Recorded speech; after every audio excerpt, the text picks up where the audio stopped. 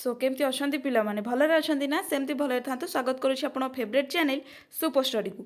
तो पिला माने +3 second semester on your demand पिला माने सोशियोलॉजी ऑनर्स पिला आमे आपणकर कोर पेपर 3 आ कोर पेपर 4 रो क्लासटा को आरंभ कर देछे। तो आपणकर जो कोर पेपर 3 अच्छी आपणकर तार बुकटा ना होची कोन ना इंडियन सोसाइटी जोटी का आपणकर अच्छी core paper 3 row first chapter आज आम सिलेक्टेड 1 मार्क आउ 2 मार्क देखीदबा जोटी आपणकर फर्स्ट चैप्टर अच्छी कोन ना composition and approaches on Indian society अच्छी है।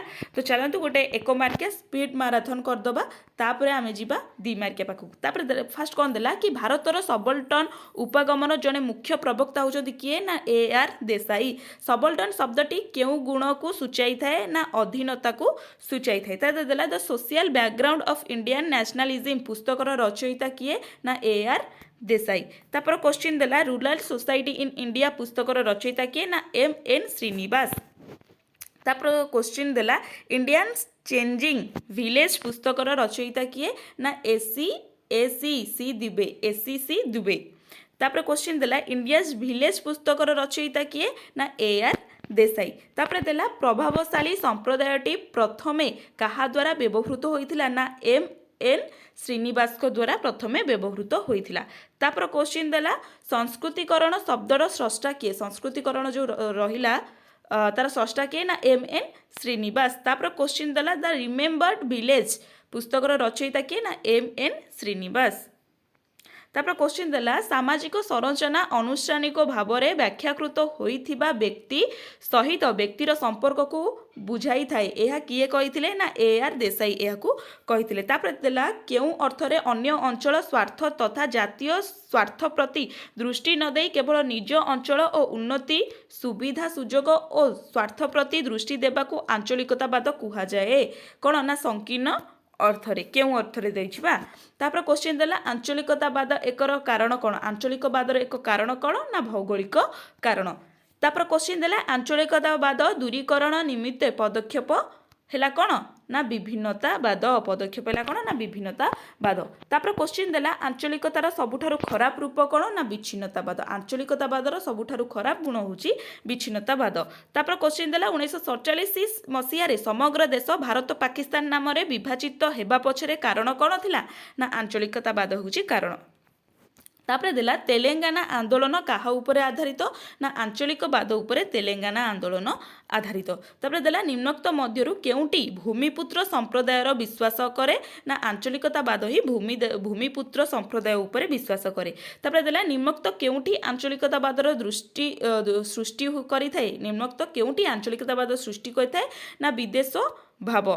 तापर क्वेश्चन देला निम्नोक्त केउटी गणतंत्र प्रतिबंधक होता है ना उपरोक्त समस्त जातिवाद मध्य आंचलिकवाद मध्य भाषावाद मध्य ए समस्त गणतंत्र माने कोन प्रतिरोध करिथांती। भारत में व्यवहृत हेउथिबा भाषा को केतोटी भाषा परिवार रे विभक्त करा जायछि ना 4टी भाषा परिवार रे विभक्त करा जायछि। तापर क्वेश्चन देला केतेकांश रे पार्थक्य थिबा बहुगुड़िए स्वतंत्र वंशगत गुण को नहीं गठित एक बृहत जैविक मानविक समूह को प्रजाति कुहाଯାଏ। यह कहार उक्ति अच्छी ना यह AW ग्रीन को उक्ति। तापर क्वेश्चन देला भारतर विभिन्न भाषा एक संग्रहालय रे एही उक्तिटी किए सृष्टि करछन्ती बा एही उक्तिटी कहार ना AR देसाईंकर। तापर देला प्रजाति केउ भली धारणा अटे ना जैविक धारणा अटे कोन प्रजाति गोटे जैविक धारणा अटे। तापर देला the people of India the peoples of India पुस्तकर रचयिता किए ना सर हर्बर्ट रेस्ले। तापर देला भारत केते गोटिए द्राविड़ीय भाषा व्यवहृत करिथाए ना 25 गोटी द्राविड़ीय भाषा व्यवहार करिथाए। तापर क्वेश्चन देला किए भारतर प्रजाति के समूह को 6 भागरे विभक्त करिसेंती ना BS गुहा भारतर प्रजाति को 6 भागरे विभक्त करिसेंती। केउ देश को प्रजाति मानकर एक संग्रहालय कुहा जाए ना भारत को प्रजाति मानकर एक संग्रहालय कुहा जाए। तापर देला 2011 मसीहा जनगणना अनुसार केउ धर्म भारत रे संख्याधिक जनता अनुकरण करिथिले ना हिंदू धर्म। तापर देला भारतीय समाज को केते गोटी धार्मिक समूह रे विभक्त करा जायछि ना 8 गोटी धार्मिक समूह रे विभक्त करा जायछि। तापर क्वेश्चन देला भारत और ପାକିସ୍ତାନ ଦେଶର ପ୍ରତିଷ୍ଠା ଭାରତର ଉପମହାଦେଶର ବିଭାଜନ କାହାକୁ ଭିତ୍ତି କରି ହୋଇଥିଲା ନା ଭାଷାକୁ ଭିତ୍ତି କରି ହୋଇଥିଲା। ତାପରେ କ୍ୱେଶ୍ଚିନ୍ ଦେଲା କେଉଁ ବ୍ୟକ୍ତି ଭାରତର ଭାଷାଗତ ସର୍ଭେ ରଚନା କରିଥିଲେ ନା ଜର୍ଜ ଗ୍ରିୟରସ ହେବ।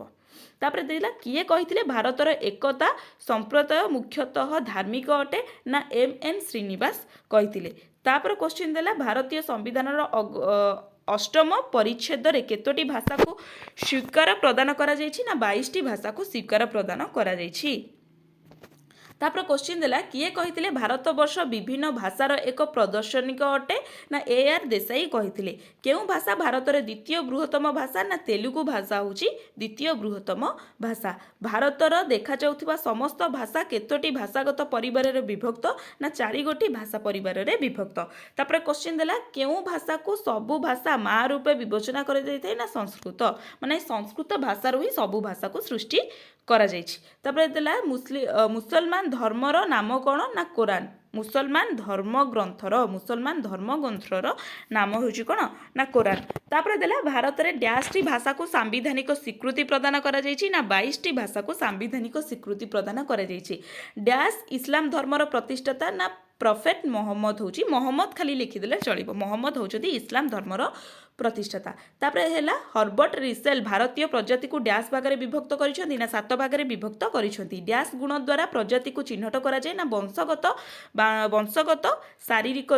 ଶାରୀରିକ ଗୁଣ ଦ୍ୱାରା ପ୍ରଜାତିକୁ ଚିହ୍ନଟ କରାଯାଏ। 1971 ମସିହା ଜନଗଣନା ଅନୁସାରେ ଭାରତରେ ମୋଟ ଡ୍ୟାଶଟି ଭାଷାର ଉଲ୍ଲେଖ ଥିଲା ନା ଏଇଟା ଟିକେ ମିଷ୍ଟେକ୍ ଅଛି। ତାପରେ ଦେଲା 1951 ମସିହାରେ ଜନଗଣନା ଅନୁସାରେ ଭାରତରେ ମୋଟ ଭାଷା ଓ ଉପଭାଷା ପ୍ରଚଳନ ନା 845ଟା। ଡ୍ୟାଶ ଜୈବ ଧର୍ମର ପ୍ରତିଷ୍ଠାତା ଅଟନ୍ତି ନା ଜୈବ ଧର୍ମ ମହାବୀର ବର୍ଦ୍ଧମାନ ମହାବୀର। ଏଟା ଇମ୍ପୋର୍ଟାଣ୍ଟ, ମାନେ ତାଙ୍କ ପୁରା ନା ବଟ୍ ମହାବୀରଙ୍କ ନାଁରେ ସିଏ ପ୍ରତିଷ୍ଠିତ, ଯେମିତି ମୁଁ ସେଠି କହିଲି ମହମ୍ମଦ ମହାବୀର। ହଁ, ଯଦି ବୁଦ୍ଧଙ୍କର ଆସେ ତାହେଲେ ତାଙ୍କର ପ୍ରତିଷ୍ଠାତା କିଏ ନା ଗୌତମ ବୁଦ୍ଧ, ସେଇଟା ବି ଟିକେ ମନେ ରଖିଦେଇଥିବ। ତାପରେ ଦେଲା ଜାତୀୟ ସଂହତି ଏକ ଡ୍ୟାଶ ପ୍ରକ୍ରିୟା ନା ସାମାଜିକ ମନୋବୈଜ୍ଞାନିକ ପ୍ରକ୍ରିୟା। ତାପରେ କ୍ୱେଶ୍ଚିନ୍ ଦେଲା ସାମ୍ପ୍ରଦାୟିକ ଡ୍ୟାଶକୁ ବାଧାପ୍ରାପ୍ତ କରିଥାଏ ଧର୍ମ। ସାମ୍ପ୍ରଦାୟିକ କାହାକୁ ବାଧାପ୍ରାପ୍ତ କରିଥାଏ ନା ଧର୍ମକୁ ବାଧାପ୍ରାପ୍ତ କରିଥାଏ। ନିଜ ଜାତି ପ୍ରତି କାହା ଭାବକୁ ଜାତୀୟତାବାଦ କୁହାଯାଏ। ନିଜ ଜାତି ପ୍ରତି ଡ୍ୟାଶ ଭାବକୁ ଜାତୀୟତାବାଦ କୁହାଯାଏ ନା ଅତିଶୟ ଅନୁଗତ୍ୟ ଭାବକୁ ହିଁ ଜାତୀୟତାବାଦ କୁହାଯାଏ। ତାପରେ ଆସିଲା ଦ୍ୱିମାର୍କିଆ କ୍ୱେଶ୍ଚିନ୍ ଦେଲା ଜାତିବାଦ କ'ଣ। ତାପରେ କ୍ୱେଶ୍ଚିନ୍ ଦେଲା ଭାରତର ଭାଷା ସଂରଚନା କ'ଣ। ତାପରେ ଦେଲା ସାମ୍ପ୍ରଦାୟିକବାଦ କ'ଣ। ସ୍କ୍ରିନଶଟ୍ ନେଇଯାଅ, ନହେଲେ ମୋ ଟେଲିଗ୍ରାମ ଚ୍ୟାନେଲରେ ଯଦି ଜଏନ୍ ଅଛ ତାହେଲେ ମୁଁ ଆପଣଙ୍କୁ ପ୍ରପରଲି ମାନେ PDFଟା ପ୍ରୋଭାଇଡ଼ କରିଦେବି। ତାପରେ ଦେଲା ଭାରତର ବିବିଧତା କହିଲେ କ'ଣ ବୁଝ। ତାପରେ ଜାତିବାଦର ବୃଦ୍ଧିର 3ଟି କାରଣ ଦିଅ। ଆତଙ୍କବାଦ କ'ଣ। ତାପରେ ଦେଲା ଜାତୀୟ ସଂହତି କହିଲେ ତମେ କ'ଣ ବୁଝ। ତାପରେ ଦେଲା ଆଞ୍ଚଳିକତାବାଦ କହିଲେ ଆଞ୍ଚଳିକବାଦ କାହାକୁ କହନ୍ତି ଏବଂ ଭାରତର ଜନଜାତିମାନଙ୍କର ପ୍ରଜାତିକ ବିଭୂତିକରଣ କ'ଣ ଲେଖ। ତାପରେ ଦେଲା ଭାଷାକୁ ଭିତ୍ତି କରି ଜନଜାତିର ବର୍ଗୀକରଣକୁ ଲେଖ।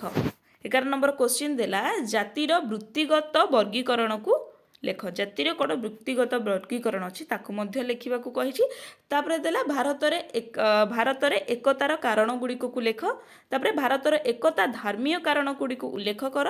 ତାପରେ ଦେଲା କ'ଣ ନା ଭାରତର ସ୍ୱୀକୃତିପ୍ରାପ୍ତ ଭାଷା ସମୂହ ସମ୍ବନ୍ଧରେ ଲେଖ। ଭାରତରେ କେତୋଟି ଭାଷା ସବୁ ସ୍ୱୀକୃତି ପାଇଛି ତା ମଧ୍ୟରେ ଲେଖିବ। ତାପରେ ଦେଲା ସାମ୍ପ୍ରତିକତା ସୃଷ୍ଟିର 3ଟି କାରଣ ଲେଖ। ଭାରତରେ ରହିଥିବା ଆତଙ୍କବାଦ ସମ୍ବନ୍ଧରେ ସଂକ୍ଷିପ୍ତ ଟିପ୍ପଣୀ ଦେବାକୁ କୁହାଯାଇଛି। ତାପରେ ଦେଲା ଆଞ୍ଚଳିକତାବାଦର ପ୍ରମୁଖ 3ଟି ବୈଶିଷ୍ଟ୍ୟ ଲେଖ। ଲାଷ୍ଟ କ୍ୱେଶ୍ଚିନ୍ ଏଇଟା ଆଞ୍ଚଳିକତାବାଦର ଦୂରୀକରଣ ପାଇଁ ଯେକୌଣସି 3ଟି ସମାଧାନକୁ ଲେଖ। ଆଞ୍ଚଳିକତାବାଦ କିପରି ଦୂରୀକରଣ ହୋଇପାରିବ ସେମିତି କିଛି ସମାଧାନ ଲେଖ।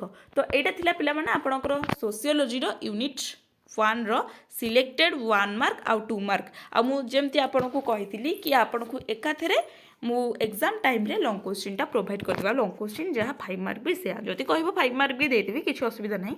ତ ସେତିକିବେଳୁ ମୁଁ ଆପଣଙ୍କୁ ଦେଇଦେବି। ତ ଆଶା କରୁଛି ଭିଡ଼ିଓଟେ ବହୁତ ହେଲ୍ପଫୁଲ୍ ହେଇଥିବ। ଯଦି ବି ହେଲ୍ପଫୁଲ୍ ହେଇଛି ଲାଇକ୍ କମେଣ୍ଟ ସେୟାର ନିଶ୍ଚିନ୍ତ କରିଦେବେ। ରହିଲି, ନମସ୍କାର, ଜୟ ଜଗନ୍ନାଥ।